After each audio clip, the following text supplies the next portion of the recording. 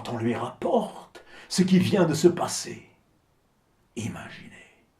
Imaginez quel scandale, imaginez quelle colère, imaginez quelle envie de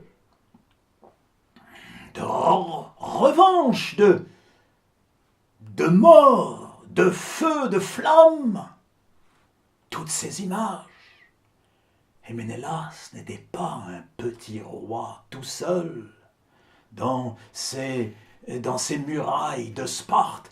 Ménélas était aussi, et avant tout peut-être, le frère du plus puissant des rois grecs. Chacun en Grèce à cette époque était roi dans sa petite vallée, dans ce petit royaume. Mais il y avait un roi qui avait une vallée plus grande que les autres, une forteresse plus grande que les autres. Et ce roi, c'était le frère de Ménélas. Et il s'appelait Agamemnon, roi de Mycène, dans le nord du Péloponnèse.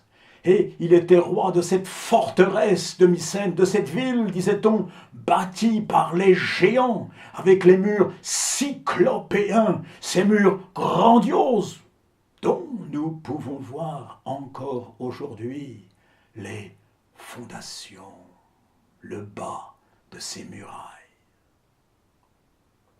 Et Ménélas envoie des messagers à son frère. Et son frère, lui aussi, est scandalisé. Comment cela? Une reine grecque enlevée, une épouse, non seulement une épouse grecque, mais une reine. Il faut que tous le sachent et qu'on parte tous pour punir celui qui a osé accomplir un tel crime. Et Ménélas et Agamemnon envoient partout des messagers dans toutes les villes de la Grèce, annonçant avec les simples mots: Hélène vient d'être enlevée, venez avec vos navires, avec vos soldats, et partons pour détruire la ville où s'est réfugié celui qui l'a ravi, le ravisseur. Hélène, quand autrefois il avait été question de la marier, tous les princes grecs auraient aimé épouser Hélène, la plus belle de toutes les femmes, fille de Zeus. Et diplomatiquement, la chose était délicate. À qui Hélène allait-elle accorder sa main? Ne risque-t-elle pas de provoquer là des envies, des jalousies, une guerre peut-être? Et le prudent et le sage Ulysse avaient alors donné un conseil: que tous les princes grecs promettent, jurent, de venir au secours de celui qui sera l'heureux époux d'Hélène. Et tous les princes grecs avaient juré de défendre, de venir au secours de celui qui serait choisi. L'unité des princes grecs ainsi était sauvée. Et Hélène a choisi Ménélas, roi de Sparte.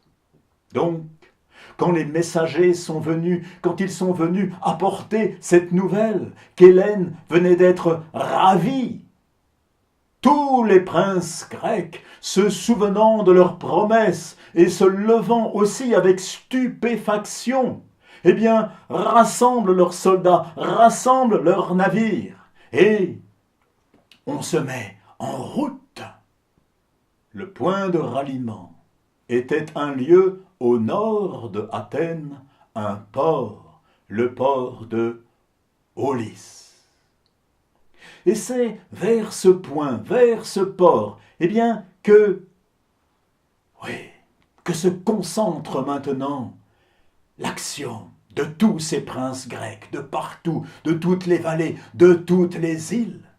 Et les princes se mettent en route, des noms comme Ajax, des noms comme Nestor, des noms comme Achille. Tous se mettent en route. Il y avait même un devin, un prêtre, il s'appelait Calchas. Et les uns après les autres arrivent à Aulis. Agamemnon est là. Oui, on n'attend plus que les derniers princes, les derniers soldats. Alors, il faut passer le temps et l'armée, ma foi, est joyeuse de partir détruire la ville étrangère. Et oui, il faut passer le temps. Agamemnon ronge son frein. Il faut qu'il aille chasser. Alors il va chasser. Il entre là dans un bois. Il a un javelot. Il voit une biche. Il lance son javelot. La biche s'écroule. Et il s'exclame: ah, quel coup de maître! Même la déesse Artémis n'en ferait pas autant. La déesse Artémis avait d'excellentes oreilles. La déesse Artémis a entendu l'orgueil d'Agamemnon s'exprimant de telle sorte. La biche était un animal consacré à Artémis. Pourtant, elle ne dit rien. Alors enfin, les derniers princes arrivent. Alors enfin, toute l'armée est présente. On va partir d'Aulis, traverser la mer Égée, et de l'autre côté, prendre, saccager, brûler Troie. On attend juste que le vent se lève. Pas de moteur à l'époque, c'était le vent, les rames, trop loin, il fallait le vent. Pas de vent. Bon, on attend quelques heures, quelques jours. Mais les heures passent, les jours passent, toujours pas de vent. Il y a quelque chose, c'est inquiétant. Qu'y a-t-il? On demande aux devins de l'expédition, on demande aux prêtres, on demande à Calchas de faire un sacrifice et d'obtenir des dieux, ma foi, eh bien, une réponse. Qu'est-ce qui se passe? Qu'est-ce qui ne va pas? Et Calchas, le prêtre, accomplit son sacrifice, célèbre son sacrifice sur l'autel. La fumée monte. Calchas se met en prière, se met dans un état de réception. Il entend les paroles divines. Mais il ose à peine les redire. Il demande l'aide des plus vaillants guerriers pour s'assurer qu'il ne lui arrivera rien quand il ouvrira la bouche.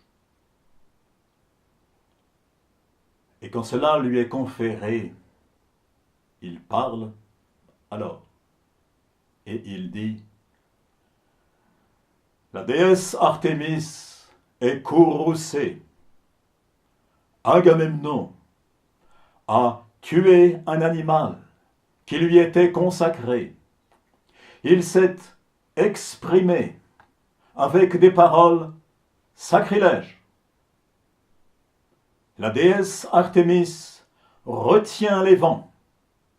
Elle ne les laissera souffler à nouveau que quand Agamemnon lui aura offert en sacrifice sa propre fille Iphigénie.